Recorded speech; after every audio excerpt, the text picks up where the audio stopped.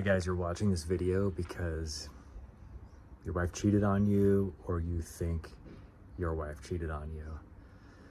Now, if you're in this panic, know that there is no kind of fast way out of this. You have to recognize that your nervous system is jacked right now. And if that's the case, then you need to take care of yourself, take care of your body, take care of your nervous system, and know that there's you're not gonna suddenly find the magic wand that's gonna fix your marriage or fix you. So there's a couple of things I want you to do. First, notice what's going on with yourself. If you need to, go do something to help regulate your nervous system. Jump in a cold shower, jump in some cold water, do some breath work, do some meditation, call a friend, do something good for yourself.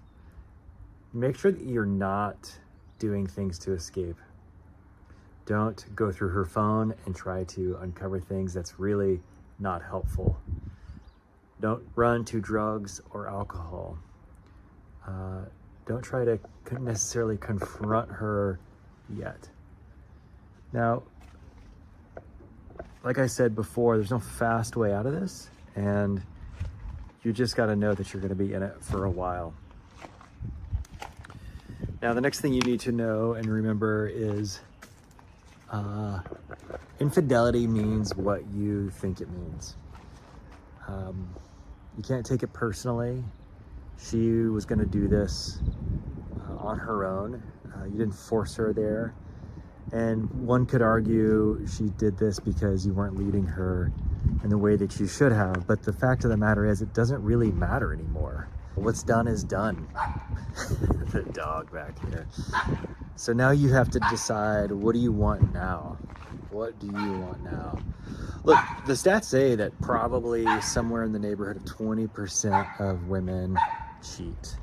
I don't know. There's no real research done. I've tried to look it up. There's no strong number, but just know that men have been cheating and are by far the big cheaters, the big margin of cheaters, and have been since the dawn of time.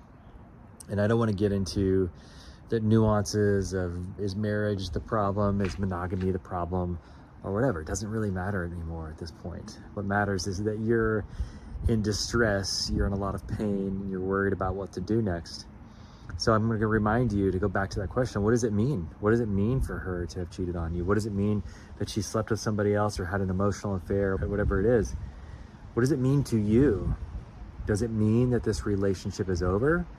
Does it need to mean that this relationship is over? Does it mean that you are less of a man? Does it mean that you're a simp or a cuck or whatever any of those dumb fucking words are?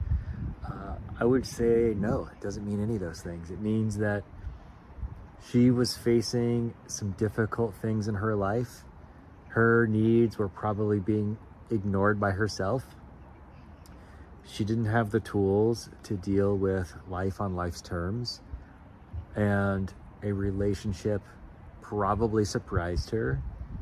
The excitement of that relationship came up and she got carried away, like lots of people do, like many men have over the years. The other part of that is, does it mean that she's all bad? I would argue no. Look, there's going to be a lot that you need to decide for yourself and figure out along this process. I'll tell you some of the best piece of advice I've ever heard from somebody that I got years and years ago, which was, act as if the relationship is already over. Now, there's some real strength to this and some real wisdom to this if you let it. If you continue to clamor and beg and plead and try to force this relationship back, especially if you have the idea that's going to go back to some way it was, just let go of that idea. You can't go back to the way it was. You have to work towards something new and something different. So if you can pretend like it's already over, then it's going to put you in a good mental health space for you to live towards your purpose like you've always needed to. See, I think somewhere along the line, you probably either started ignoring her, or I think more common, you lost your own way and you made her your emotional center. You got disconnected from your own purpose. You got disconnected from the person God made you to be, and you stopped leading. And when you stopped leading and started making her your emotional center and got clingy, that puts her in a maternal energy She's got to be the fixer of your emotions in particular. And of course, she's going to naturally look elsewhere, man. It's just the most natural thing in the world. I'm not making an excuse for her. I'm just telling you the nature of these things. I've worked with a lot of men, and about the same numbers, about 20-25% of them have had relationships where she cheats.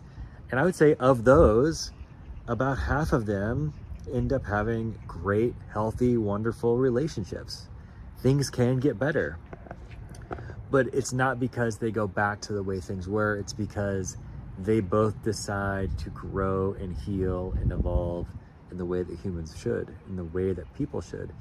They stop looking to each other to solve for some problem of chaos or hurt or trauma or whatever it was in the past. They stop blaming one another. They stop looking at each other with unlimited amounts of resentment and stop saying, if you were A, B, and C, then I would be okay. So you have to figure that out for yourself. And the way that you start is by acting as if this relationship's already over, because whatever it was in the past, it's done. Whatever you were, whatever your relationship was, the status of that relationship, however the dynamics were, it has to change, and it needed to change. And in some ways, maybe this thing is a gift because it forces you to look at yourself in a way that you couldn't look in a way you couldn't look at yourself in the past. Joseph Campbell says that all of us are called, and all of us will be forced to answer the call. But some of us will answer that call to change on our own, but most of us will only heed the call when we are in enough pain to pay attention. And the sad truth is, that's most people. And even then, think about it. Think about the people that you've witnessed in your life who've gone through unmeasurable pain only to succumb to the pain because they can't find the source to actually change. So I would argue that the source to change is from outside of yourself. You can't grit your way through this. You have to find power, and that power, I think, is from God. It is from God in other people sometimes, right? You need to be around men and people around you who see the real you. This is a big warning. Don't run to another woman to try to fix you. They will appear out of nowhere. They will absolutely appear out of nowhere and start to talk to you and make you feel good. And you'll say things like, I've never met a woman who's made me feel this way, and she understands me and she gets me. And bro, that is a distraction. So calm down if that happens to you, because it will. And hone back in and tune back in to that part of you that knows there's something that's holding this whole thing together, that knows that there's some power and evidence to this thing we call love and justice, that all of this isn't just some giant cosmic accident, but some giant cosmic plan, and you're part of the plan. And that maybe this was a severe mercy. Maybe this happened so that God could get your attention and help you change and help you to step into the man that you're meant to be. Now, if you looked at it that way, man, you could actually fall on your knees and say, thank God this happened to me. Look, we're all going to go through tragedy. We all think when that tragedy happens, no one has experienced this pain like we are experiencing right now. But the wise are the ones who feel the pain, feel the experience, and decide to change their lives because of it. Those are the ones who thrive. Those are the ones who rise up. And I think if you're watching this, I don't think it's a mistake. I think something brought you here. I would argue that's God. And you get to decide right now, before you even click out of this video, that you are going to use this opportunity and to find the resolution to use this time and this experience to change. So here's what I want you to do. You got to take action, and action is blessed by God. When we take action, more good things come our way. So do two things. Number one is click the link below and download the free 9-page guide that's designed specifically for men who are at a crossroads in the relationship. Oh shit, I don't know what to do. It's free. It'll outline a 3-part plan on what I've used. It's a proven plan for the last decade to help men just like you in your situation change your life. Second thing is reach out to some real men in your life who you can tell them what you're going through. Be honest about what you're going through. You need to be honest about this. You can't hide this from anybody. If you don't have anybody, man, there's another link down there. You can connect with me. But you need, I think you're gonna need at least the men in your life, and probably both. All right, guys, if this was of value to you, then what I want you to do is to click like and subscribe. Keep coming back to this channel. Dig into the meditations. You're gonna need some help with your nervous system. And just decide right now that no matter what, you are going to be okay. Do it right now. Say, I'm gonna be okay. I'm gonna be okay. I'm gonna be a better man on the other side of this. Decide right now. All right.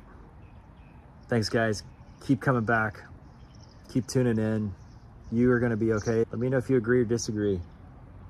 And I'll see you here next time. Take care, guys.